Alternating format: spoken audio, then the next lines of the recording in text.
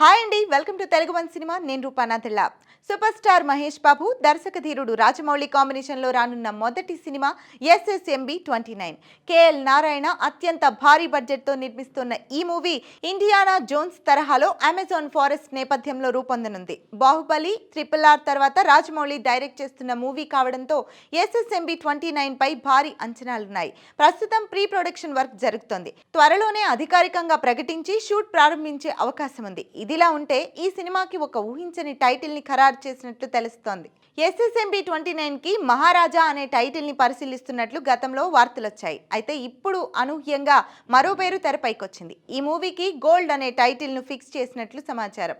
మామూలుగా Rajamouli cinema titles చాలా powerful గా ఉంటాయి. సింహాద్రి, ఛత్రపతి, విక్రమార్కుడు, మగధీర, బాహుబలి ఇలా పవర్ఫుల్ టైటిల్స్ పెట్టి టైటిల్తోనే ప్రేక్షకుల దృష్టిని ఆకర్షించడం రాజమౌళికి అలవాటు. అయితే ఇప్పుడు బాహుబలి, RRR తర్వాత చేస్తున్న అత్యంత భారీ చిత్రానికి గోల్డ్ అనే టైటిల్ పెట్టారనే వార్త ఆశ్చర్యం కలిగిస్తోంది. ప్రస్తుతం రాజమౌళికి గ్లోబల్ ఇమేజ్ ఉంది. ఆయన సినిమా వస్తుందంటే ప్రపంచవ్యాప్తంగా ప్రేక్షకుల దృష్టి ఉంటుంది. కాబట్టి గ్లోబల్ రీచ్ ఉండేలా ఎస్ఎస్ఎంబి 29 సినిమాకి ఇంగ్లీష్ టైటిల్ పెడతారు అనడంలో సందేహం లేదు. అయితే గోల్డ్ టైటిల్ అనేది క్లాస్గా ఉంది.